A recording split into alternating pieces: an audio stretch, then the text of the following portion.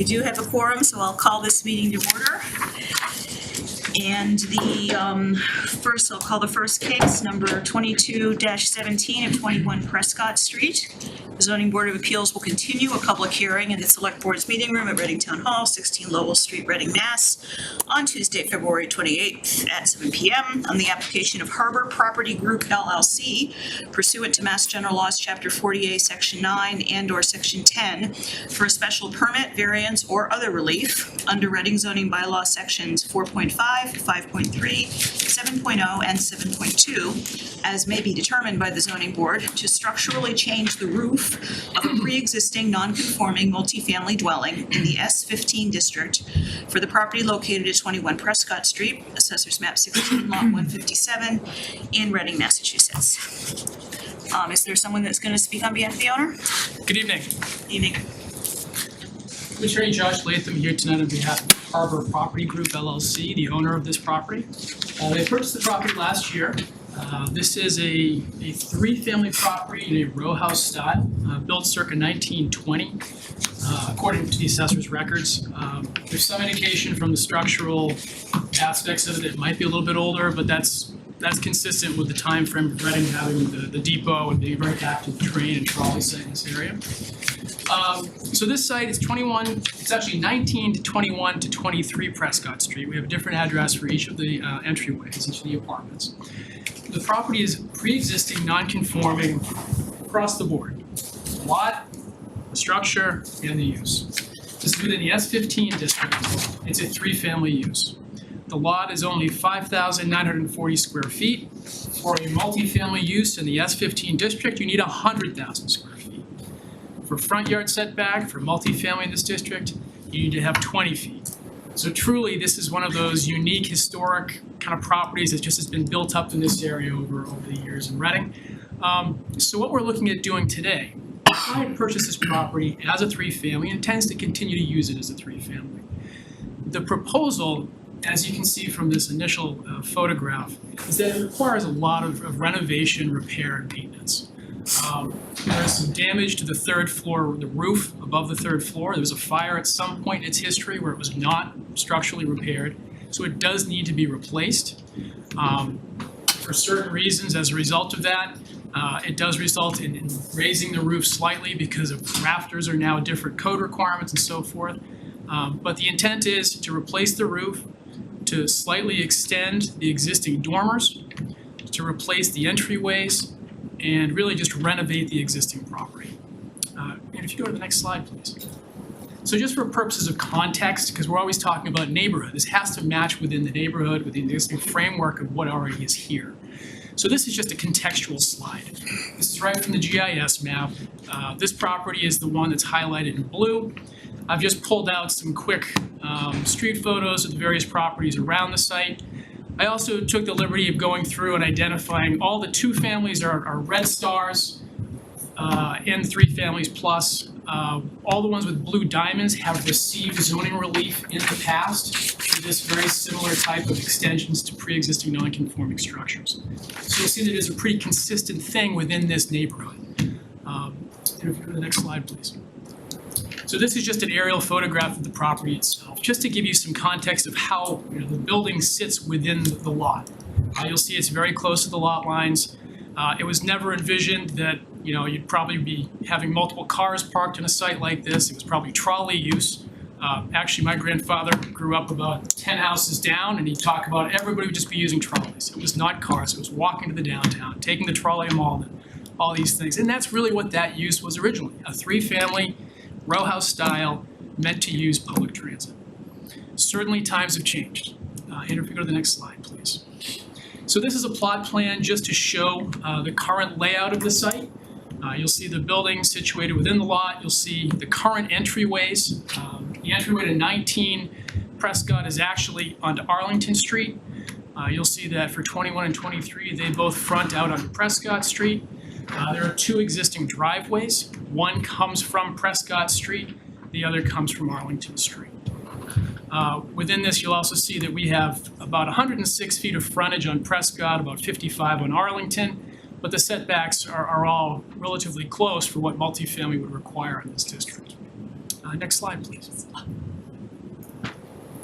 So again, going back to what this property looks like from Prescott Street, just to kind of keep that in your mind, this is the existing location. Next slide, please. Sorry. That's right. And this is just one kind of coming as you're facing easterly on Prescott Street. You'll see the depot off in the distance in the street. This is the best that we can really do for trying to get a visual of this side of the building, just given trees and so forth. But I thought it would be useful to have this shot, especially because the neighbor next door, he is a single-family use. So this is an important abutter as we consider this project. Next slide. And then this is the view from Arlington Street. And then you'll see the abutter to the right here, that's a two-family home. And this kind of does a good job of showing the proximity of our existing structure to the lot line to their home, and also how the parking is currently laid out on this. Next slide, please. So just to kind of do a quick comparison, what we have is the photograph on the left, and then this is the architectural rendering of what we're proposing to do on the right. What you'll see is that the roof line is going to change. As I kind of led into at the beginning, the existing roof uses 2x6 rafters. We have to use 2x10, as I'm told, and that inherently requires that the roof line will increase. On the ends, you'll see that it gets a slightly higher in the middle apartment. On the ends, the roof would increase by about 10 inches, 9 to 10 inches. Within the middle, it would be closer to 2.5+ feet. Again, it's not that we're trying to do it higher on purpose, it's just that the current code requires it. We have to use the appropriate size lumber, and that's just naturally something that results from that. You'll also see the dormers. So there are 3 dormers, both on the front and the back, for the 3rd floor. The 3rd floor is existing habitable space. So we're not creating any new bedrooms. There is a room on the 3rd floor for each apartment. However, what we're proposing to do is by slightly expanding these dormers, it allows us to put a bathroom in the 3rd floor to serve that existing bedroom. And that is likewise for the front and the back. The bathrooms are situated on the floor plans to the rear of the property. And that, again, allows us to just have the bedroom to the front of the 3rd floor. The net gain of square footage is about 68 square feet. That is the resulting net gain of square footage from using these dormers. So it is a de minimis increase. And really the only exterior change, again, being the necessary increase to height and then the short extension of these dormers. Next slide, please. And this is just the image of the rear. I couldn't get a photograph of that just by virtue of the houses are relatively close in the area and it just couldn't get a good one.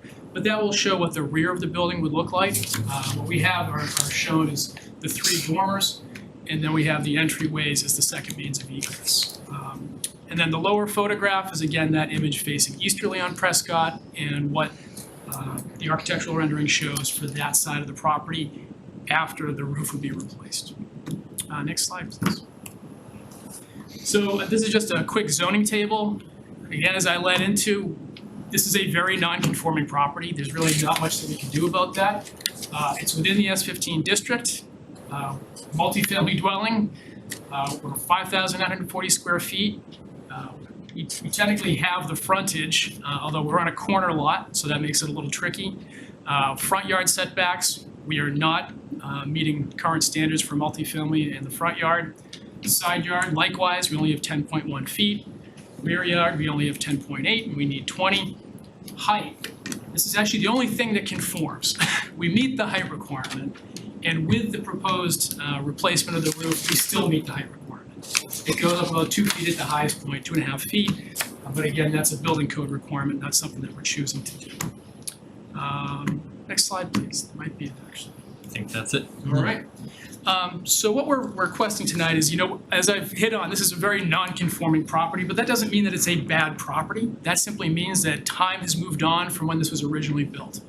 And obviously the vagaries of markets, the vagaries of neighborhoods, this is just a property that is lingering. It's still here, but it has a great purpose. It's within 100 yards of the depot. This is actually a really important type of housing stock within the town. It provides 3 apartments that will have 4 bedrooms each. These are all existing apartments with this number of bedrooms. What we're simply doing is improving what is there. We're renovating it. We're making it much more appropriate use. And it's going gonna be a much more beautiful addition to the neighborhood. Currently, what we have is kind of a funny looking property in not great shape, and it has been for some time. This is an opportunity to improve it, to really make it something that really fits within the neighborhood in a much greater way. So again, as a pre-existing nonconformity, you have the power to approve extensions and alterations and changes to pre-existing non-conforming structures. This is really an ideal situation for that. The only other alternative is to tear this down and build something new, which really, nobody wants to do a three-family townhouse, brand new standards, I think, in this location. I think this is a more appropriate use, renovating what's there in a rational way. Both 40A Section 6 of Mass General Laws says, based on your finding that this extension is not substantially more detrimental than what is already there, then with that finding, you can issue a special permit to allow this to happen. Now again, it's a substantially more detrimental standard. And I would argue that it's actually an improvement. If somebody would argue that it's detrimental, I would still say it's not substantially more detrimental, it's a rational change to something that allows it to be useful and within the neighborhood and beautify the property. We also have met with the abutters, they've had really good feedback. What you're seeing tonight is the result of a meeting we had last week and some further feedback we received just yesterday. We have also agreed to make, I guess I'd say, 2 notable changes to these plans. We just didn't have time to make them between this morning and tonight. One is that in the rear elevation drawing you'll see, the 2 end dormers, we agreed to change the style of those dormers to what we call them shed dormers. It's more of the flat roof line, and that was at their request. And also to set those back an additional foot. So that's actually gonna reduce the net square footage as well. But that's something that we've agreed to do, and our architect is working on those plans. So with that, I'd be happy to answer any questions that you have. Thank you. Patrick, you wanna start? You have questions?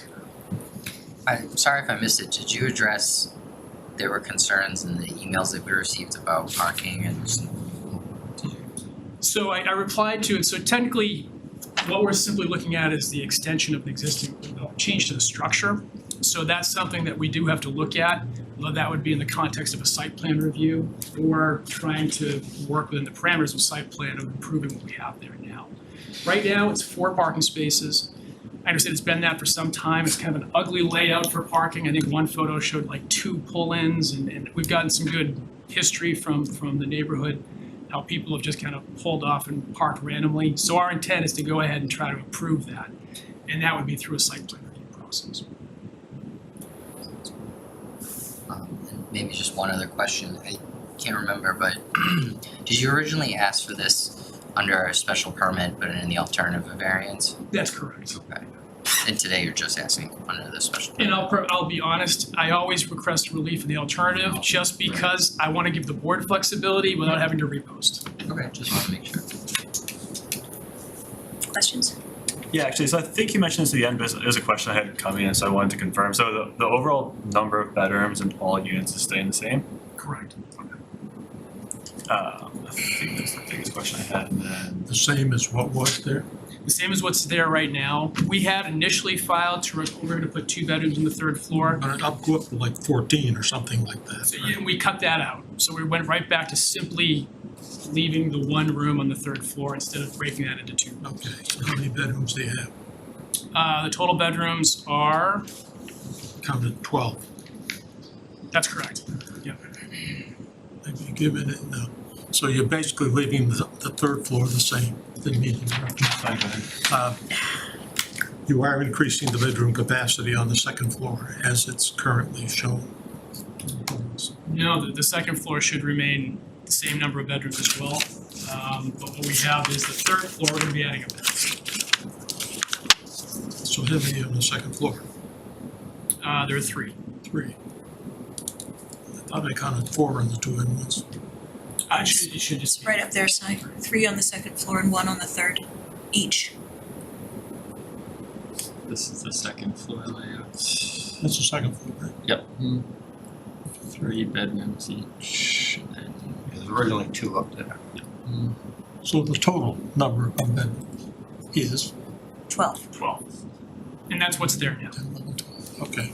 But can I, I'm sorry if I'm interrupting, Si, but on this subject, I know you say that the current third floor is what you call habitable space. I look at, can you, Andrew, can you bring up just a general exterior photo again? Photo as it exists now? Thanks.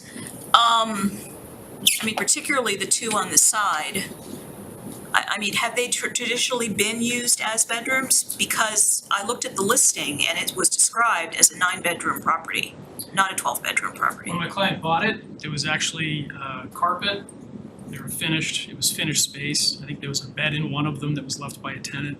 And as you probably know, you can identify a room as an office. You can identify it as anything really. I mean, Well, if it has a closet and a window, it can be a bedroom, but that doesn't mean, if it has a window, And the it right needs square egress. footage. Yeah. but that doesn't mean that anybody would particularly want to use it as a bedroom.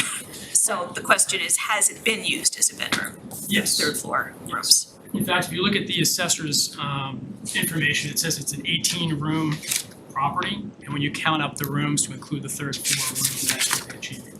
Yeah, but a room doesn't necessarily mean a bedroom, that's. Oh, right, no, absolutely. Because I'm looking at it in terms of how many people are going to be residing there. Yeah, and even by living in a bedroom, it's not necessarily gonna be used as a bedroom either. Like, one thing is that we've really looked at is the idea of a lot more folks working remotely and wanting to have office space that's somewhat segregated.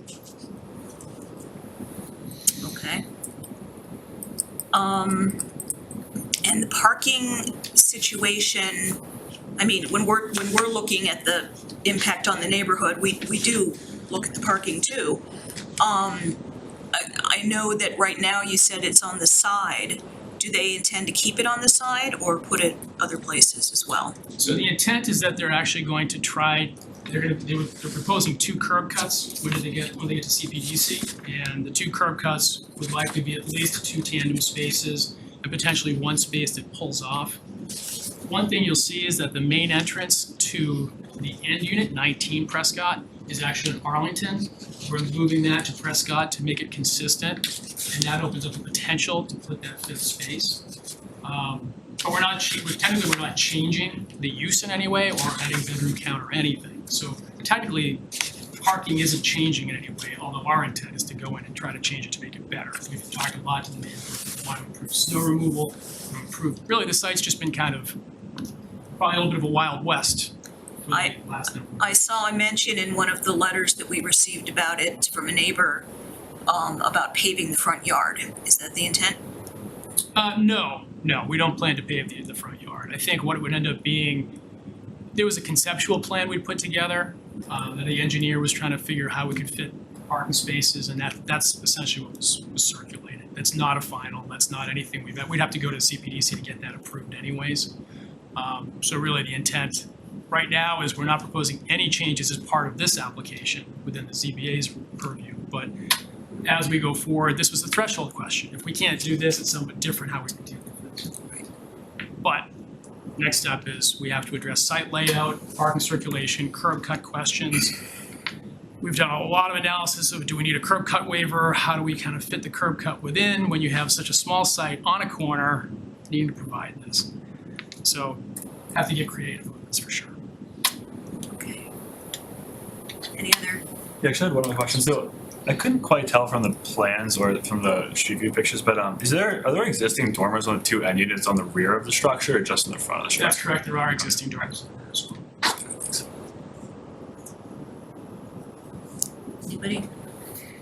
Yeah, I didn't, when I took a ride over to that place initially, back when we started to look at this thing, I said, anybody would like an improvement in that property, obviously. Okay, the question is just how do you go about doing it in the best interest of keeping it looking like a residential area that it still is and not aggravated that way, okay? And when I first went through this thing and I saw some of the changes you did make, and then it's nice to hear you tonight speak because I was liking what Nancy came up with those dormers in the back. Mhm. And also moving the bathrooms in, okay? That's a very positive change. It didn't dawn on me until tonight though that the reason the roof is going up is because of code. Hmm. Okay, as I was saying, if it wasn't code, you probably wouldn't be doing it. I don't know. I put my client through the But- paces to say, how can we do this without having to do anything to the roof? And it became a point of no return, trying to look at the financial part, shoring something up that has had the damage, and it just didn't make sense. Yeah. So this is the right way to do You're it. obviously packing, you're using every piece of square footage in that property. And I think that's the Okay. historical use, There's no absolutely. question about it. Yeah. And you're filling it up. Parking was an issue, was a concern for me. But you're gonna have to go through site plan review and all that stuff. We're gonna have to, I mean, we have to look at how. Cuts and all that things and And it's actually somewhat self-limiting because for this to be a marketable property for rentals and otherwise, you can't have a site that has no parking. I mean, you still have to provide to accommodate parking for those that wanna rent here. And that's something, so it's to our benefit to look at this as well. And of course, if we're looking at it, we wanna work with the neighborhood to make sure we're doing what's supposed to be done here, avoid historical problems that they've had. And really, this has never been a plan. You know, I think it's just kind of happened over the years and built up on itself. But our intent is to look at it, come up with a plan, an operation and maintenance idea for snow removal. Maintenance. I think that just makes it all better. from a parking standpoint, Brent, who has to approve the curb cuts and all that? Engineering. Engineering? Okay. I mean, they might need select board approval for a second curb cut, I believe. But everything will go through Has to go engineering. through engineering. So we could, if we were to vote on this, we could condition it upon site plan approval and engineering. And if this did reach a vote, that is a condition that the engineering department and I discussed that we would like to see if voted. I think that's the appropriate thing to do. Yeah. Yeah. I don't have any further questions at this time. Okay. Anybody else have anything for him? You can also bring it back if. Yeah, well, this is, Okay, this is more of a It's not- semantics thing, but so I think one of the original things was reference to a section of the zoning bylaw. Speak up, she. Sorry, okay, yeah. I think I saw one reference to part of the zoning bylaw that was only for 1 and 2 family houses. This is a 3-family for the special permit granting. Is that like a technical issue or can we just do it? So the bylaw isn't explicitly clear on dealing with other, section 7 at least specifically, but there is language in there of other non-conforming uses, and that's what we point to and try to use for cases like this. Yeah, so where other non-conforming uses are changed or substantially extended. Okay. Is there anybody else who would like to, speak on this case? Yep, Ann, yep. Hi. Hold on a second, you just need to be sworn in. And actually, while we're at it, can anybody who's going to speak tonight at all, stand up and be sworn in on any case? Does that include the speaker who already spoke? Well, you can do it retroactively. He's an attorney, so normally, that's not required, but we can do it retroactively. Everybody raise, if you're gonna be speaking tonight on any case, just so we only have to do it once, please, rise and raise your hand. Okay. Oh, am I doing it? And then I think All right, oh, sorry. All right, I swear that the testimony given by me before this board will be the truth, the whole truth, and nothing but the truth, and the response is, I do. You do. Okay. Ma'am, could you come up to the podium and identify yourself? Sorry. So my name is Julie Aylward. I live in 25 Prescott Street. So we're on the west side of the building. Actually, that's my house right there. So we're obviously very impacted by this. We're very interested in what's gonna happen here. So we are affected by what they're doing with the roof line.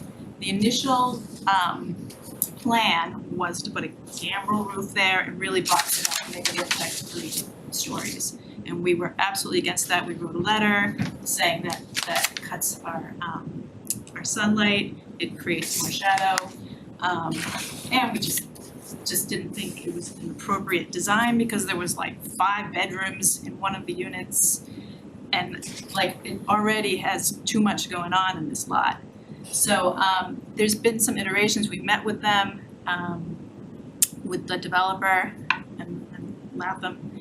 And they are kind of listening, and my request was that not be gambrel and it be gable. They've done that, but it's still, there's still, because they have to raise the roof and they're still sort of changing the pitch of the roof, it's hard for us to tell with the latest plans if it's going to still cut out sun and to cast more shade, and if it's gonna really affect our view. But like, you know, my bedroom looks out on the front, my daughter's bedroom looks out on the back, so all the dormers coming out, the pitch is coming up a little bit, it's gonna be higher, so it's definitely blocking more. We just don't know the extent. And the latest plans, they didn't really do a good comparison for the left side, so I can't really tell. But anyway, so we're still sort of in this mode of we kind of want to object to anything. We understand if they have to raise the roof, but then to be expanding it out more. And see, there's no comparison, so it's really hard to tell. But it looks in the back, which on the right picture, the back, it's really sort of sticking out. So it's sticking out much more than it is now. So that affects us. So we kind of object to that. We objected to the parking that they were discussing about having the parking in the front. We thought that would be dangerous and inappropriate because it would be right along the sidewalk. It would be awkward to pull in and out. They would have to like constantly be shuffling cars in and out of there. There's a lot of people that walk them down that sidewalk, going to the depot. It's just constant people coming and going. And you know, when we pull out, we are able to turn our car around, so we're coming out straight and we can see exactly people coming and going. But to back, we try never to back out because it's just so dangerous, because it's just too many people. So this would create a really crazy situation if they put parking there. So those are my two sort of objections. I'm still really concerned. I'm still not convinced that they've come up with the best plan for this. So that's all I wanted to say. Okay, thank you. Does anybody else want to speak? Let's see. I'm Nancy Toomey. I'm a local architect and I'm really good friends with the Thomas's family that live on Arlington Street right next door. Couple of things I want to say. First is we really appreciate the ability to be able to talk to the developer and through Josh Latham. It's been really very beneficial. We appreciate them changing that rear dormer on the sides to a shed. That's going to help a lot with some of the blockage and just the blocking of it. So I think it's going to look really better than with that gable. But the one thing that we did want to just let you know that we have some hesitation to, and I think you brought it up a little bit, is that when they say there's 4 bedrooms now, when you look at the assessor's information, it's clearly stated as 3 bedrooms. So I just want to make sure you are aware that this is a fairly substantial change in density, which is where we're a little bit concerned. But I think they have done a great job of listening to us. We're very worried about the parking. I know that that's got to go through other approvals. I'm glad. I would love to see that as a condition for this. And I know engineering is pretty difficult to get things through these days. So I'm sure they'll take a really fine-tooth comb over it. But I think that was yeah, I think we've covered our bases. Thank you very much. Okay, thank you. Does anybody else want to speak? Oh, sorry. Cadence Thomas's 21 Arlington Street, the back abutters to this building. I just wanted to add to what Nancy said. When we're not operating from accurate information, when the narrative that you're given has information that's inaccurate, it's hard for us to get on board. We've worked in good faith with the developer for more than a year. He purchased the property in September of 2021, and we met with him that December or January, that a few months later after the renters were vacated, and asked, would we be standing here? Would we need to go? Were his plans going to require special permissions? And we discussed the issues of parking, and he said, no, we're gonna stay within the plan. So we expected to have this construction project completed by now, and here we are more than a year later. And I'm concerned that the representations, particularly this piece that's being pointed out about the fact that the developer purchased a 3-unit building, and each of those units have 3 bedrooms in them. That is what he purchased. Is concerning to us. We have seen the upstairs of that building. There are exposed rafters, and like our home, there's insulation in the floor, so it's an uninsulated space.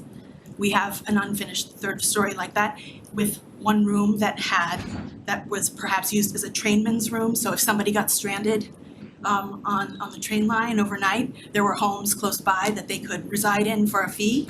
And perhaps that is what that center unit, it was only the center unit that has that accommodation in it. Perhaps that's how it was used in the first half of the 20th century. But we knew the renters, the longtime renters, and that was storage space for them. I think that's what I have to say. Thank you for your consideration. Thank you. Anybody else? Okay, thank you everybody who spoke. Does anybody on the board have anything further to say? Actually, so don't we typically require the assessor's information to be part of the packet that's submitted?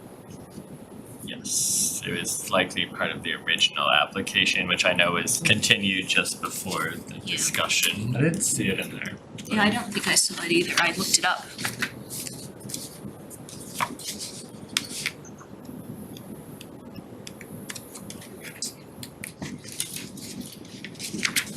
No, I don't think it's in the packet. Double check on that, especially for our hard copy file, we want that. All right, does any board member want to start comments? No, I don't have any additional comments. Anything? Patrick, anything? No, Josh, if you wanna respond to anything, no. I'll just quickly, I think they're all very good comments, and I guess just to kind of clarify for the record, number of bedrooms isn't density, density is number of apartments. And so technically, when we're talking about density, it really isn't about number of bedrooms. There's habitable space on the 3rd floor, there's historical use as bedrooms. Whether we call them bedrooms, we call them something else, it actually becomes an irrelevant point. I mean, if I would argue, we call it office in the plans, it's just that our architect labeled them as bedrooms, and so at the same time, we could just have put office on there, and it wouldn't have actually changed the building code or the zoning code rights to use them as a bedroom. Zoning intentionally is not allowed to regulate the interior use of a dwelling, and that's actually in the statute. And so technically, we certainly want to talk and be totally upfront about what is inside, but arguably, it's the interior use of that space, as long as the use is single family, multifamily, et cetera. It can't be that you regulate specific uses of rooms. That's considered going beyond what zoning allows. So I agree, I don't have the same level of history that Cadence Thomas has, I agree. But I will say that, what we have is, it shows that this 3rd floor space was used for bedrooms and for habitable space in the past. Certainly it's been abandoned or been vacant for at least a year now. But that's as they're going through the process of trying to renovate it and get permits. I'll also just point, when my client bought it, his intent wasn't to do anything that required having to get zoning relief, site plan review, engineering review, any of these things. It was never the intent to have to go through an entire process. As he looked at the 3rd floor and realized that he had some changes he really had to make, renovations and structural issues, and that's what kind of led to having to be here tonight. Can I ask, I realize that the structural requirements are different now, so to some extent it has to be bigger, I guess, because of that change, but does it have to be as big as he's making it? I asked the architect specifically, is there any way that we could simply replace what is there, and the difference in the size of the timber that we have to use is the exact reason that it has the increased height? So that's what I'm told, is that we have 2x6 in there, and by going to 2x10, which again, I can't get into the structure, I'm not an architect. But also in terms of adding the dormer in order to put the bathroom in and so on, is that all So necessary space only because of the changed requirement structurally? No. Okay, So what we could do is simply replace the dormers that are there. But while we're there, it made sense for us to say, hey, we can put a bathroom in if we can get this a little bit larger, it just makes more sense. So it just improves what is existing space to be able to make it a little bit more habitable. Thank you. Josh, what Yes. getting back to this number of bedrooms thing again, okay? How many bedrooms on the current second floor? Total bedrooms, should be, oh jeez, On the second floor, there's 3 bedrooms currently on the second floor of each unit, of each unit, correct? thank you. Current, Currently. that's staying the same. Correct. I just didn't want to answer out of turn, so I know right. that's what I thought, but I said if you're asking, I just thought I saw somewhere where it was 2 currently.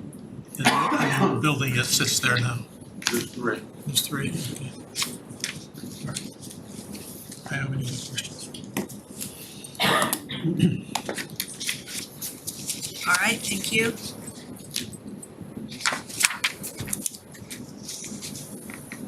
Right, anything further from anybody on the board? Does anybody want to make a motion? Patrick? I have that. You think we need to close Move the public to- comment period? Say that again? Sorry? Move it. I think you have to close the Oh, public I'm sorry, comment. thank you, Andrew. All right, oh. Yeah. All right, Yeah. I didn't close the public comment period, so come on up. I just want to clarify. I heard Josh say, and this is something that we had negotiated very recently, that, you know, the dormers are on the back are gonna change a bit so that they reflect more of the character of the current building, though they're going to be significantly bigger. And that's not reflected in these drawings. If you are doing a vote now, will that vote be contingent on the changes that are not yet represented in these drawings? Yes, You're yes. not seeing those drawings, and we haven't seen those drawings, so we haven't agreed to them yet either. Okay. Okay, I understand. I mean, normally if there's something like that and it does happen now and then, we would make a vote contingent upon that sort of thing. You know, whatever was represented. That what we're approving isn't that, we're approving what was represented at this. If we were approving it, I don't know what. And the purpose of my speaking was because I feel that there are some representations that have been made that are inaccurate. So one of the images that you saw tonight is a site plan that it was done by a surveyor, and the site plan has the owners on it. If you go back to that, it has Peter Atchis and Jody Atchis. And the date is 3/31/22. The property changed hands between the Atchises and the current owner on September 13th, 2021. So that date, I have a hard time believing that Edward Farrell, who certified this plan, did it on that date with the names of Peter, and frankly, Jody died many years ago. Her name perhaps was still on the deed when it was in her husband's name. But I'm just a little concerned that if you're going to make an agreement tonight based on something that somebody promises, that we actually have it in front of you before you make the promise, because there's concern that some of the narrative and the documents that you're seeing bring up questions that have not been addressed here. Well, the plot plan, that's the plot plan for the current structure. Correct. It has a- The footprint's The footprint not changed. isn't changing. Correct. Yeah, I'm not questioning the accuracy of the plot plan. I'm simply saying that I believe this plot plan was made on Peter's behalf, the former owner, when he wanted to sell the property. And I don't know why it is dated 6 months after the deed was changed ownership, and I would ask Edward Farrell if this is an accurate representation of what he put his stamp on. Okay. Understood. And it makes me wonder about else? other documents and other representations that are being made in terms of square footage and, it just concerns us. We wanna see this project go well. We do not intend to leave. We're gonna live through the construction and with whatever is built. And we wanna see that what is built is what is agreed to. And we're not even sure that an agreement tonight would be honored if the documents sort of don't match up. Thank you. Okay. Let me just make sure that I have this right. So you're saying that this was actually an older plan that he updated and put new dates on, which is somewhat typical, but you're saying the information is not correct? I mean, I've zoomed into it and the pen that's used on the date is not the same pen that's used on the signature. The quality of, from looking at it close up. The date concerned me because I thought, first I thought, my goodness, Jody died many years ago. But wait a minute, also Peter and Jody, that the building was sold in September 2021. So I'm not sure that a surveyor would want to, in his own name, make a representation on March 31st, 2022 that was inaccurate. And I don't know where the inaccuracy lies. I can't speak to that. Okay. All right, Attorney Latham, can you address that? Certainly. My understanding is that this is a plot plan from when my client purchased it, and when I said we're gonna file for zoning, we need to get a certified plot plan. Traditionally, plot plans aren't always signed, they might just have a stamp. So when I asked for it, my best guess is that Mr. Farrell printed this out, signed it, and didn't just change the record ownership. I am happy to submit as a condition that we have an updated plot plan with a current date and changing the owner of record to our property. That would be the cleanest way to do it. Yeah, not a problem at all, and we can certainly do that very quickly. And the only thing is, Who lives 2 doors down, and a further email from her, actually today, February 28th, Christine Lusk, and also an email Monday, February 27th from Nancy Toomey, on behalf of the Thomases, and those will go on record.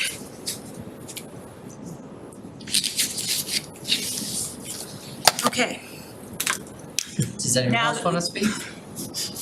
all right, we'll close for public comment then. Anybody on the board? further comment. I would like to move to grant petitioner's request for a special permit. Under section 7 of the zoning bylaws of the town of Reading.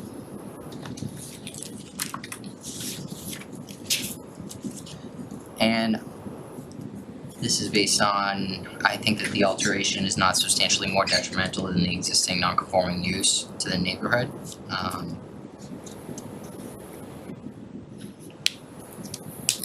And do you have the plot plan?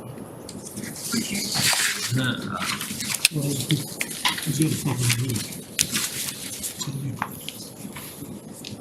And this is with respect to the lot at 21 Prescott Street, shown on a plot plan of 21 Prescott Street, Reading, Massachusetts, dated March 31st, 2022 by Edward J. Farrell. And I'd like to condition this upon an updated and accurate plot plan to be submitted by Attorney Latham, his client. This special permit would be subject to the following conditions.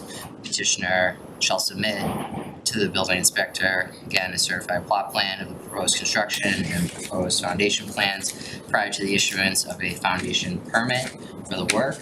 The petitioner's final construction plans for the new structure shall be submitted to the building inspector along with the as-built foundation plans prior to the issuance of the building permit, and the as-built plan showing the completed construction shall be submitted to the building inspector immediately after the work is completed and prior to the issuance of an occupancy permit. And you said conditioned upon engineering and site plan. So yes, if I can add to that, we would like to place a condition that driveways and drainage needs to be approved by planning and or engineering department. And we would also like to add the condition that these architectural elevation and plan changes be submitted prior to building permitting, that we would review and distribute, for comment. Okay, Should we specify those a little bit, like the conversion of the rear to shed dormers and decreasing back by? Yes, I think we would specify those, and I have the language in my notes here, so happy to share that draft decision with you guys when completed as chair and vice chair to make sure it meets the intent of the discussion. okay, we have the motion, is there a second? Second. I'll second it as All right, including. we have a second and a third. Is there any further discussion amongst the board? All right, all in favor? Aye. All right, thank you. Thank you very much.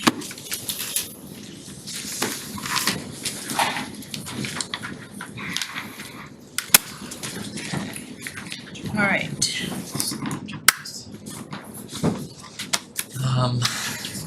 I'll have to think on it tomorrow. Yeah, it shouldn't be a big, but hopefully we can get it, yeah, I think, okay. Good night. thank you. Are the Tynes here? Yes. Oh, I'm sorry, I didn't see you back there. Okay, the next case is case number 2218, 337 Ash Street.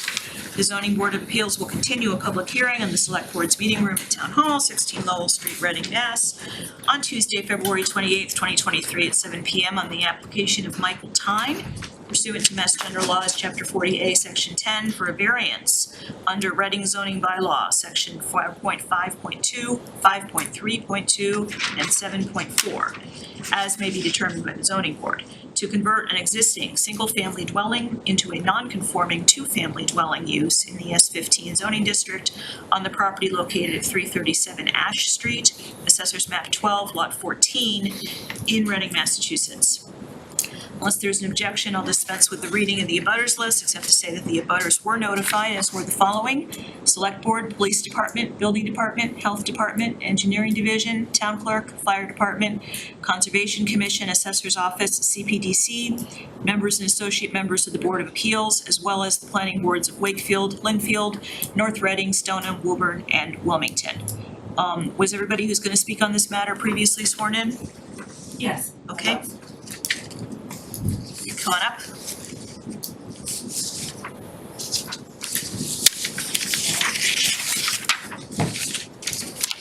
Okay. Go ahead. I guess we'll just leave off from a couple weeks ago, about a month ago. We just got a single family with an accessory apartment, and we would like to make it a legal two-family. So it's, right now it's a single family with an accessory apartment, owner occupied. My husband got hurt at work 3 years ago. He came across some problems with refinancing because it's not a legal two-family. Or we were, if we needed to rent our home out, technically we can't because it has to be owner occupied. It's been in our family for, over 100 years. My grandson is the 5th generation in our home. We're not changing any structure. My side of the house has 5 parking, and the other side of the house has 4 parking. We just would like to have this special permit variance. That way, in the future, if we ever came across a hardship again, or we would like to sell our home, it would be a lot easier to sell it. If it's a two-family instead of a one-family with an accessory apartment, because as you can see, so many people are buying investment properties instead of having to live in the home with tenants beside them. We don't mind, we've done it. I fixed my application, I wrote a hopefully a better hardship letter. We did have a neighbor email, a letter saying that all our neighbors think that it was a two-family anyway,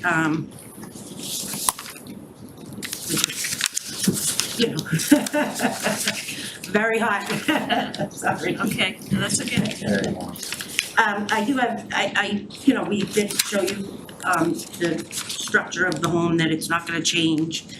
Everything's gonna stay the same. It's basically on paper, this is my side, 337, and this is, the in-law side is 337A. It's a duplex home, side by side, and it's been running like that since 1970. We've never had any issues with our neighbors, or, nobody's said anything or realized that it was just a one family with an accessory apartment. Everything would be, everything was fine, 2014 is when we got the permit for the accessory apartment. But then when my husband got hurt at work, it just really showed us that, plus we tried to sell our home over the summer. And it was just very difficult with the accessory apartment. There was a little information misled from the zoning board saying that it was illegal and had open permits, but we figured that out. But in that whole process, we realized that if it was a two-family on paper, we could refinance it and we would be able to sell it a lot easier than trying to sell it to somebody that, would want a one family with an accessory apartment. That's pretty much. Ms. Stein, can you tell me how many rooms there are in the entire structure, both apartments? My side has 3 bedrooms, living room. How many total rooms? There are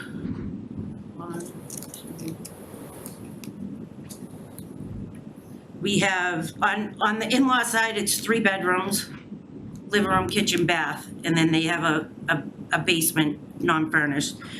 And then our side is 3 bedrooms, 2 baths, an office in the basement. So it's more than 8 total? Yes, Okay, thanks. sorry. No, that's okay. Anybody Turn the have any heaters off. Yeah, the questions? heat is definitely, Yeah, it's warm in here. Yeah, we can turn those off. it's just me, but that's okay. Oh, good. Here we go. It was freezing when we got in here, trust Yeah, me. So- And the house was built before 1942, right? Yes. Anybody have any questions? I think you answered this last time, but are they separately metered units? So, they are not. In order to do that, we have to do this. Right. Yes. There. That would help, all the utilities and. Okay. Yeah, you're thinking, I remember you guys mentioning last time that there are other two families on the street. Do you have any idea if those are like full legal two families or if those are accessory apartments as well? They're both legal 2 families. Okay. Yeah, The zoning changes at the end of the street.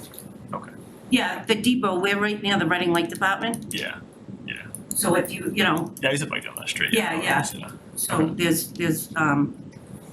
a lot of multi-families, 3 families, 2 families. It's zoned A40 towards the end. Right.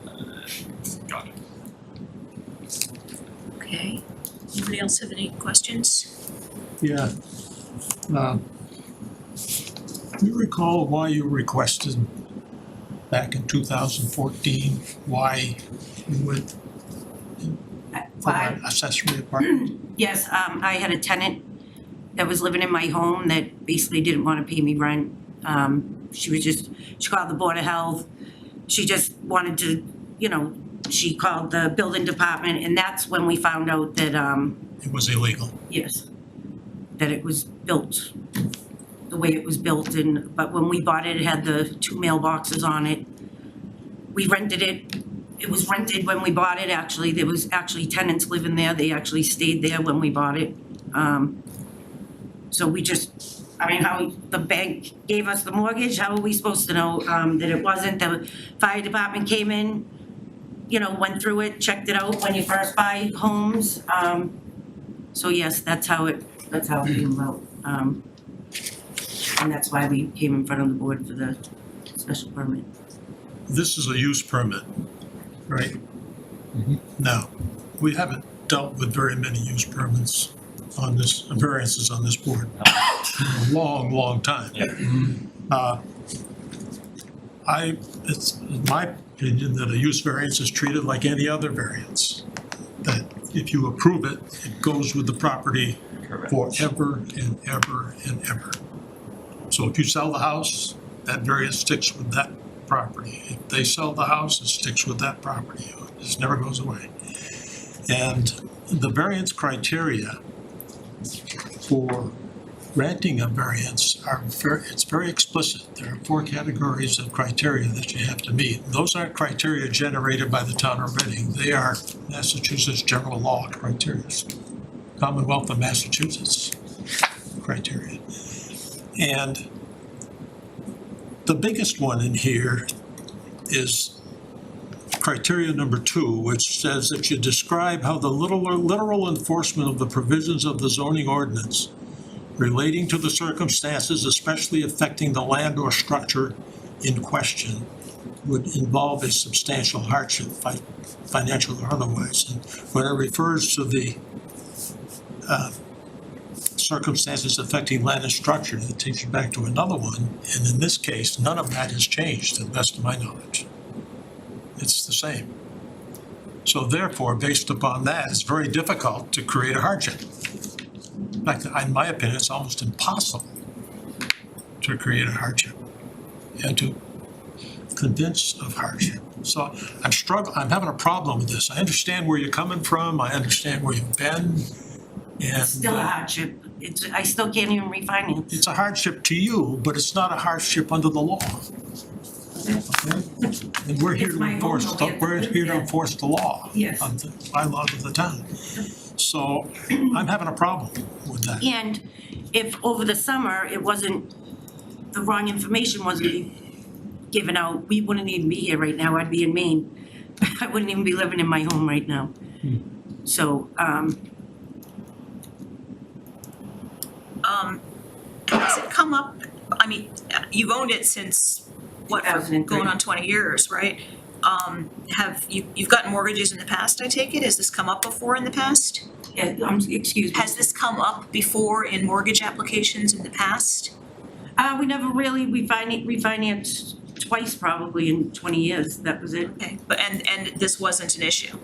Nope, Okay, why is it an issue now, do you know? I have no idea. We tried for a hardship because my husband was hurt at work for the COVID hardship.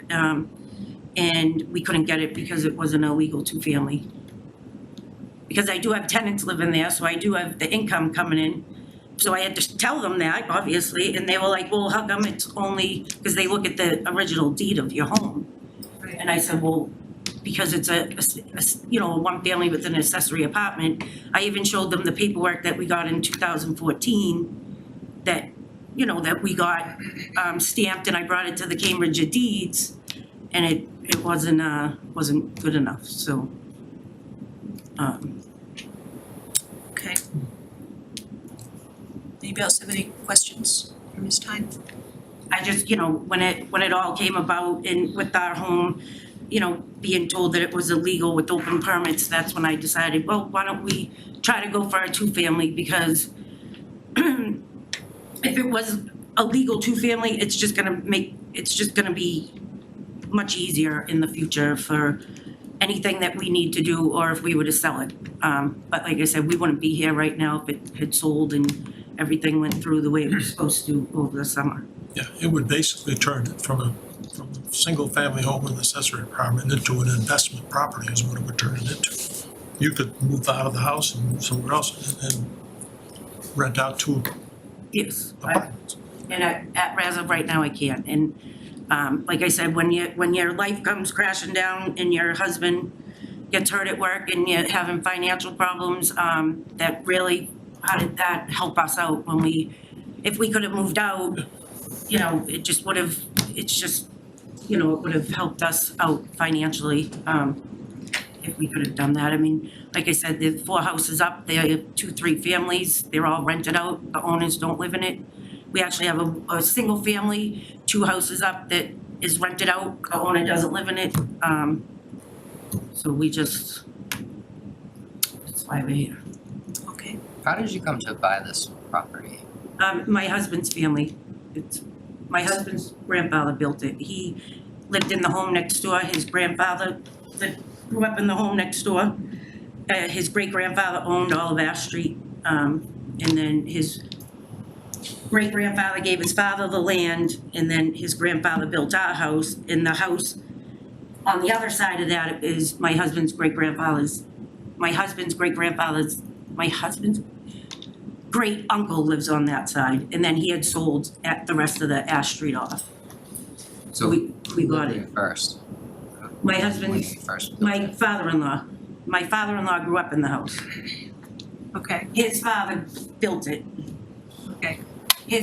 My husband's grandfather, ran the Reading Light Department, Albert Tyne. So Okay. what he did and how he did it, I But in could not tell you. In any case, you came into it buying it from family. Okay. Yes, and with 2 mailboxes, and we did it legally, we bought it legally, we paid for it.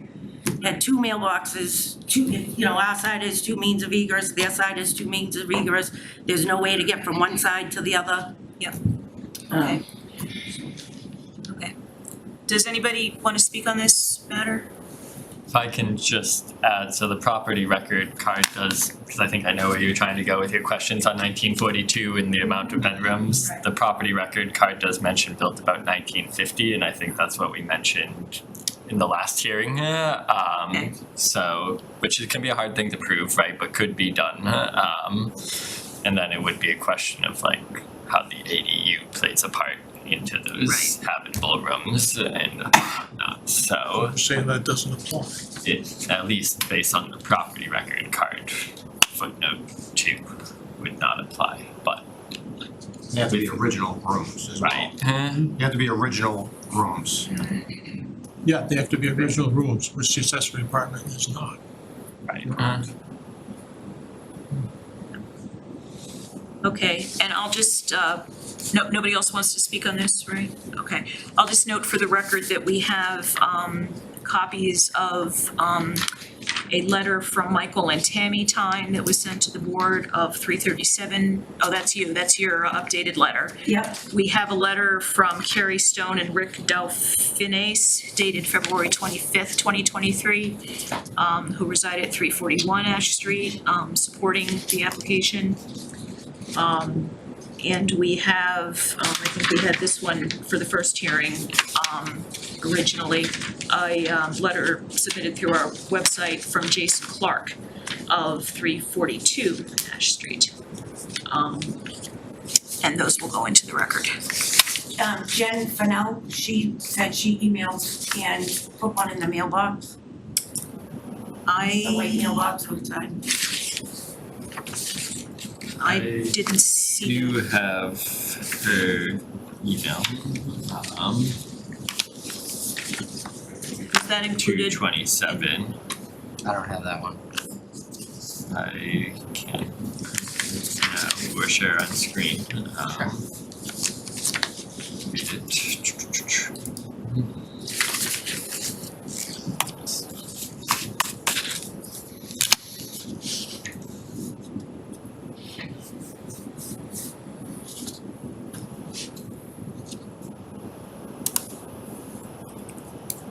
Oh, I did see that one, I just didn't print it. Yes, so I can read it quickly into the record if it helps. My name I is, see it as well.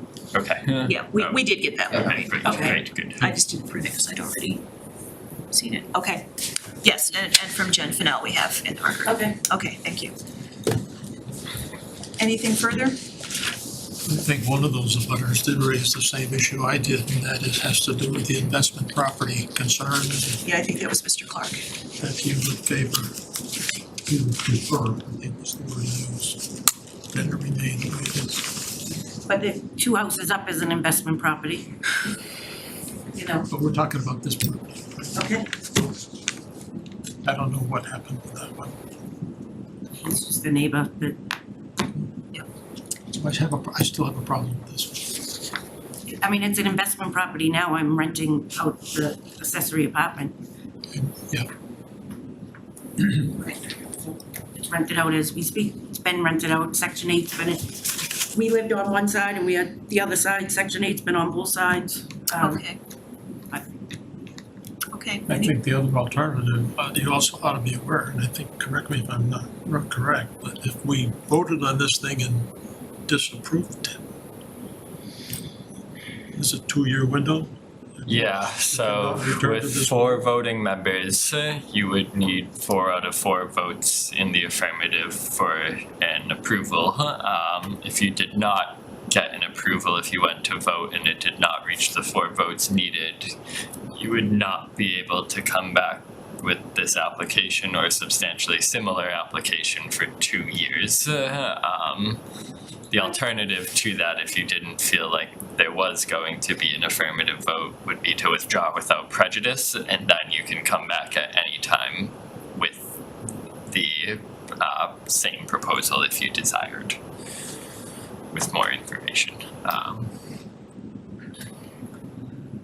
One of the problems with this board right now is we have 4 members, Yep. which means that anything that comes before us requires 4 out of 4 approval. We normally have 5 members, and 4 out of 5 is a lot Correct. easier to get to than 4 out of 4. And I have no idea where the town stands getting us more members, okay? talk about that later. And this is where you, people like you take the hit. I mean, But, Yeah, but I mean, you just approved the other people that were just here, so you can still do it. Or disapprove it, however you we want. have to follow certain That was- criteria, Oh, and you're okay. doing something different from what they Okay, I didn't, were I doing for wasn't, one thing. he didn't explain that. Yeah, I know Cy has talked about it, I think we talked about it last time too, I mean, and it's not just a matter of having only 4 people and not being able to even lose 1, because quite frankly, I don't see that you meet the criteria for variance on this. Okay. So I don't know if anybody else wants to say anything as well, but that's 2, I think. I forget if we talked about this last time, but street listings can be researched.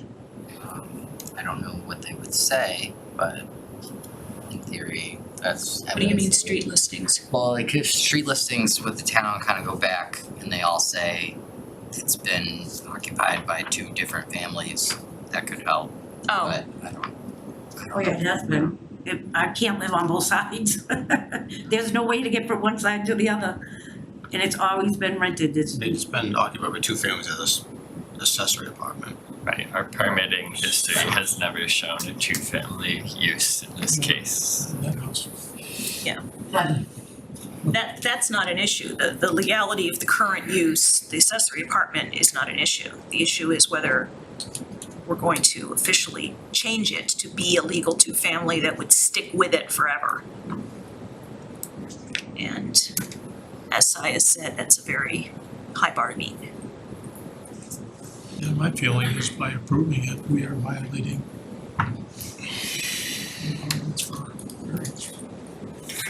Yeah, I would agree with that. by the law. Yeah, so Ms. Tyne, I think you have, I don't know if, you wanna say anything? I don't, you have an indication that if we were to put this to a vote, at least 2 of us would be voting no. So with that in mind, the question is, do you want us to put it to a vote? Or do you want to withdraw your application and maybe come back sometime? Because if we turn it down, tonight, you're gonna have to wait 2 years before you can try again. So come back with like a lawyer, come back like, I don't. I don't know necessarily what would change or what you could do to change it, but just to leave options open. I guess maybe just to go back to what Cy said is that there are 4 criterias in 48 section 10. Whoever it is that's presenting needs to meet those criterias, whether it's an individual or whatever. And then the other thing that went through my mind was, should we consult town council and get an opinion from him, but I don't think that's necessary. I don't think that that's I think it's necessary. very clear Yeah. what the rules are. Yeah. And I'd love to say the opposite, because from a sympathy standpoint, I'd vote yes any time, but I gotta stick to the law. So what would you like to Keep it do? open, I guess, cause I'll be back. Well, you can So are you withdrawing the application for now? withdraw without prejudice, yeah. Yeah, without prejudice, which means you can bring it again. Okay. Okay, Alrighty. Thank you. is there a That motion? does require a motion. Yeah, is there a motion to accept that withdrawal? I move that we grant the petitioner's request to withdraw the application without prejudice. Second. All in favor? Aye. Okay, thank you, Ms. Tyne. Thank you.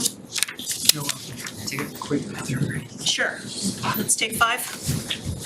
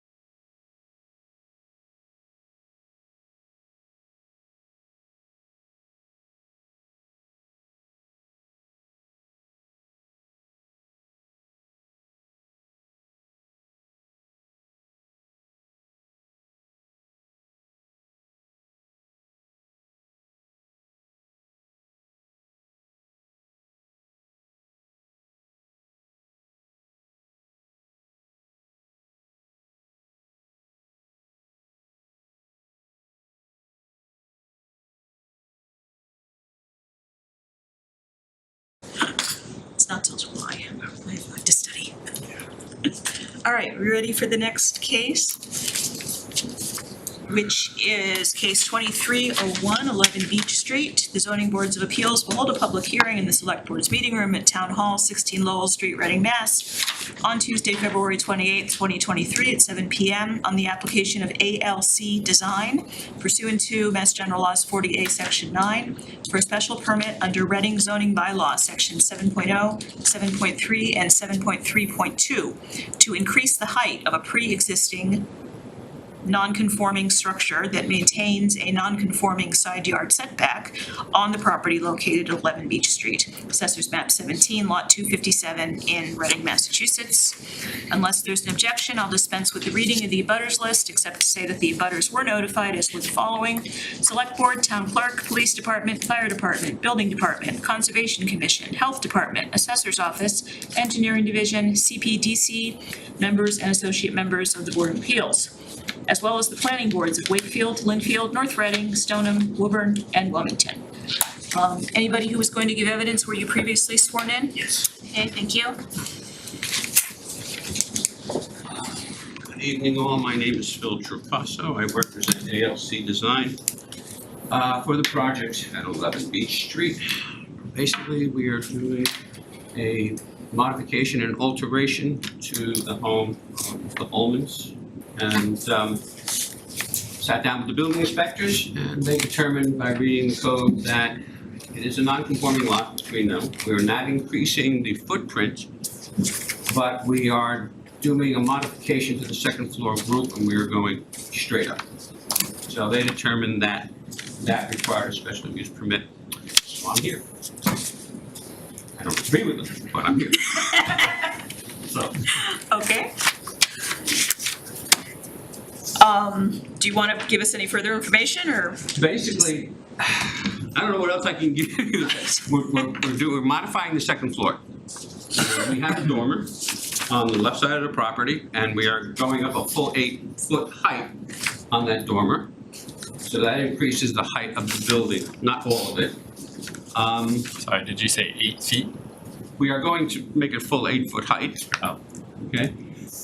The question originally was, we were modifying the footprint, and I went over the plans with him. And we are not modifying the footprint at all, it's staying the same.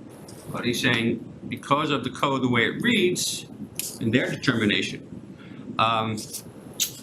going straight up modifies it. So, therefore, the special use permit. So, that's where we stand right now. Okay. Does anybody have any questions? Yes. None of the setbacks are changing. What's that? None of the setbacks are changing. None of the setbacks are changing, the footprint of the building stays the same. Stays the same. What's the current height of the building? Current height of the building is 2-story, I don't know exactly.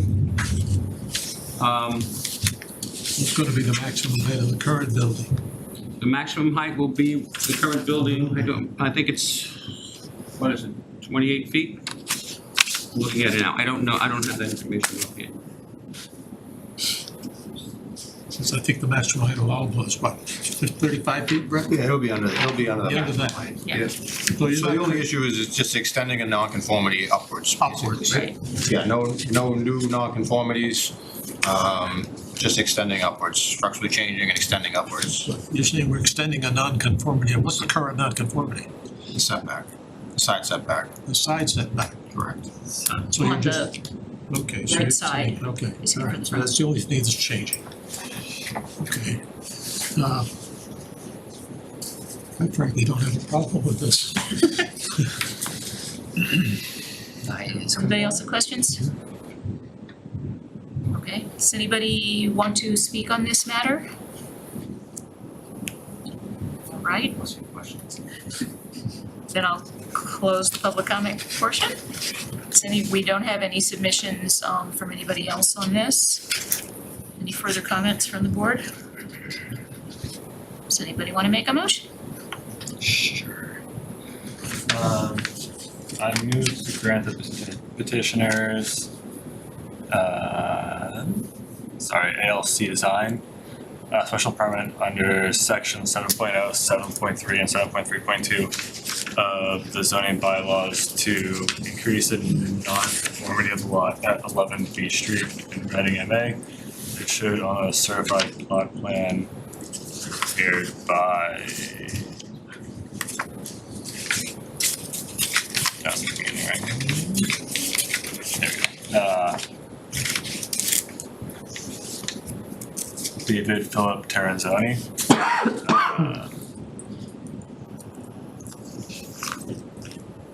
Surveyor of somewhere, sorry. Peabody, Massachusetts. Dated, here's that, sorry. January 12th. January 12th. 2020. As revised, January 12th, As revised. 2023. Alright.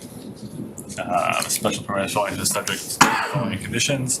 The petitioner shall submit to the building inspector a certified plot plan of proposed construction, proposed foundation plans prior to the issuance of a foundation permit for the work.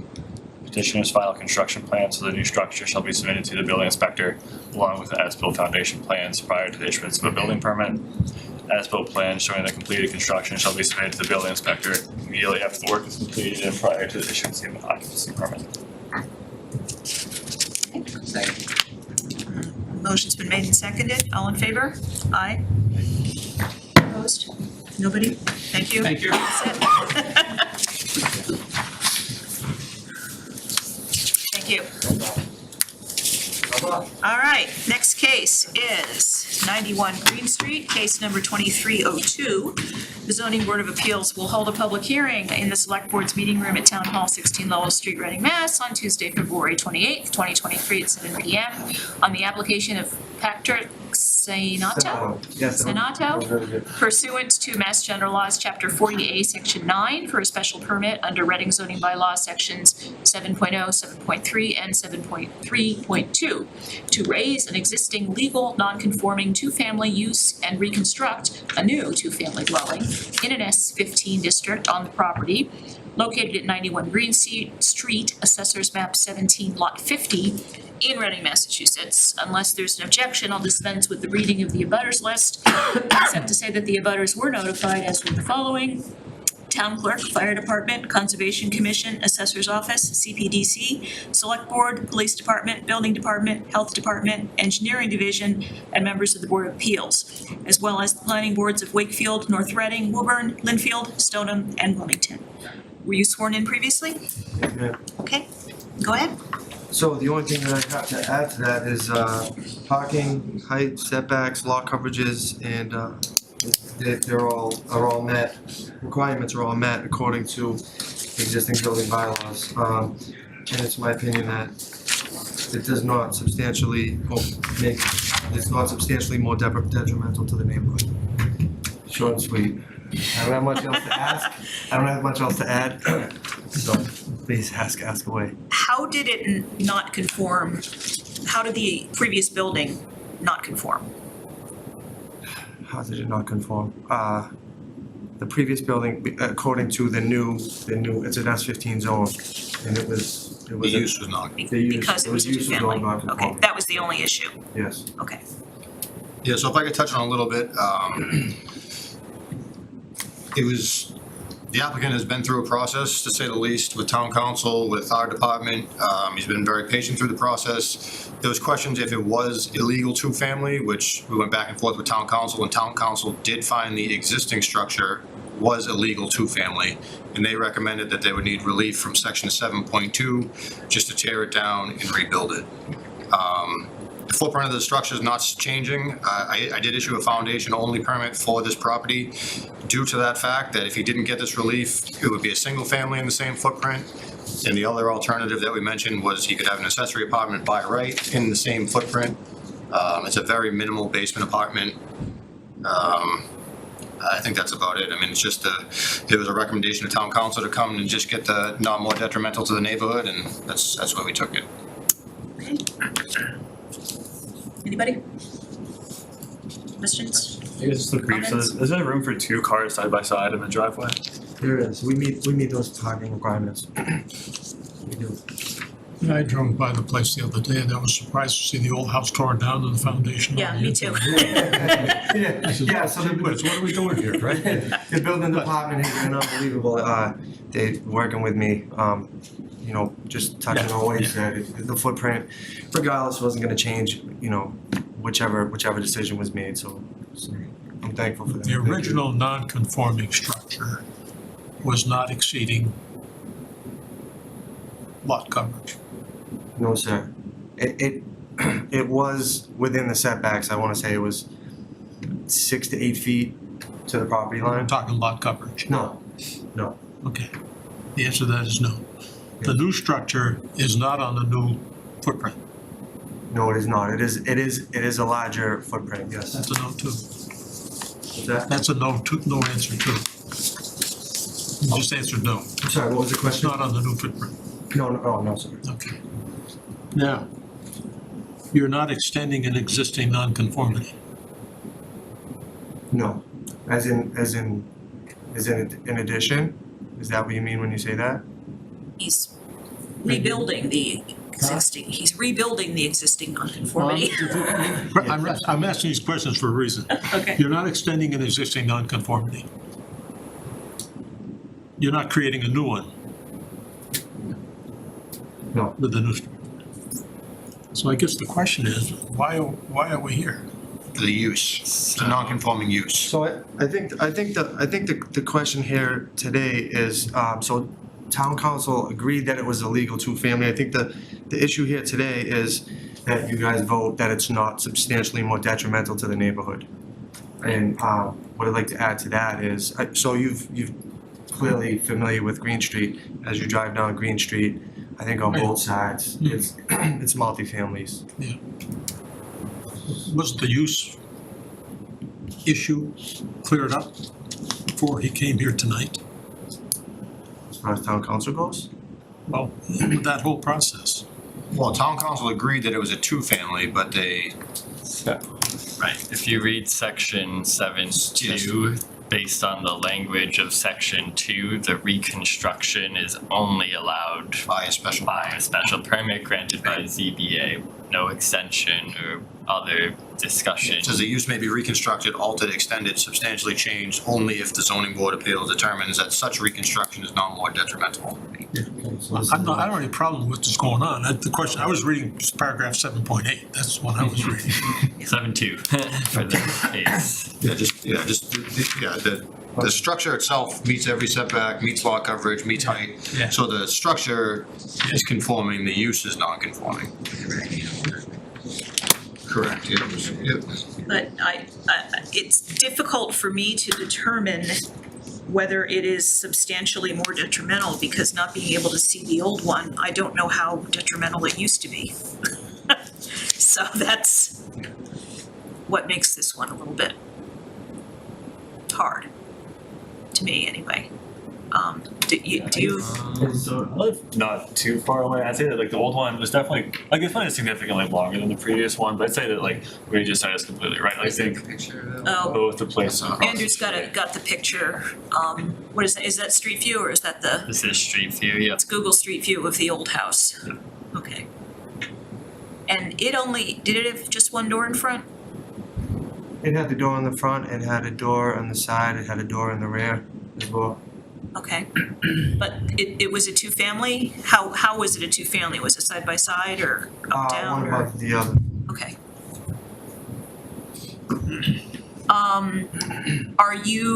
Do you have plans to make the new one sort of similar in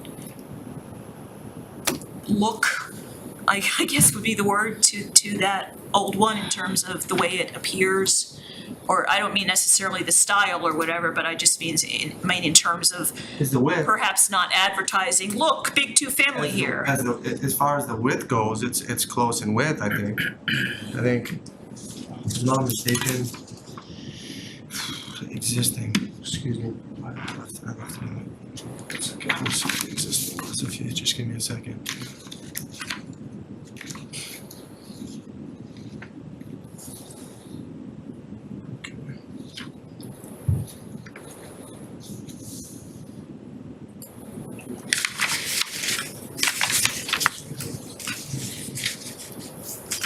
Yeah, 20, so it's about 28 feet, the other one was about 28 feet wide. What was existing is about 28 feet In wide. terms of width, This building is about 29 feet, okay, Plus or minus. what about length, front to back? it's definitely longer. The new one's longer, It is. okay. And how are the doors gonna be situated? So we have a door in the front for access to the upstairs, door in the back, there's a door on the side to access the basement apartment. And then there's a door in the lower level as well for a second means of egress for the second apartment.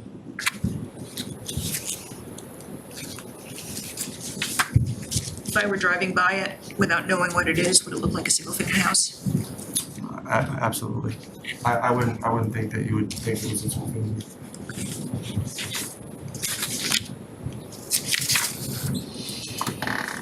Anybody else have anything?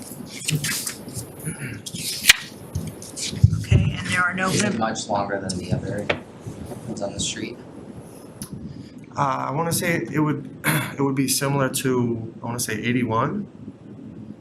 Alan? Okay. 81, and we had to, the other thing is we had to bring the we had to bring the foundation back a little bit from where it was. So it's back. So as you, I mean, the old one was non-conforming to setbacks as well. And the So new one Oh. is conforming to So all this of one it. is conforming as far as setbacks go. Yeah, we're about a foot wider, but we're a little bit further back off the street. Okay. Did you run this by your neighbors? Absolutely. No pushback. I didn't get any pushback. Okay. There are no members of the public here. We have not received any correspondence from anybody about this case as far as I'm aware. Does anybody have any further comments? Anybody wanna make a motion? I'll give it a shot. I move to grant the petitioner Patrick Sanato pursuant to Mass General Law 10A, Chapter 9, a special permit under Reading zoning bylaw section 7.0, 7.3, and 732 to raise an existing legal non-conforming two-family use and reconstruct a new two-family dwelling in an S15 district located at 91 Green Street in Reading in accordance with plot plan of land dated 10/5/22, with revisions dated 10/20/22 and 11/9/22, and prepared and certified by David P. Terrazzoni, 4 Allen Road, Peabody, Mass., and architectural drawings included with the application. And the standard conditions which you've heard tonight apply, but I'll read them again. Petitioner shall submit to the building inspector a certified plot plan of the proposed construction and proposed foundation plans prior to the use of the foundation permit for the work. Petitioner's final construction plans for the new structure shall be submitted to the building inspector along with an as-built foundation plan prior to the issuance of a building permit. And the as-built plan showing the completed construction shall be submitted to the building inspector immediately after the work is completed and prior to the issuance of an occupancy permit. Second. Motion's been made and seconded. All in favor? Aye. All right, Thank you all for your time. Have a great night. Thank you. thank you. Sorry it took so long. Yeah.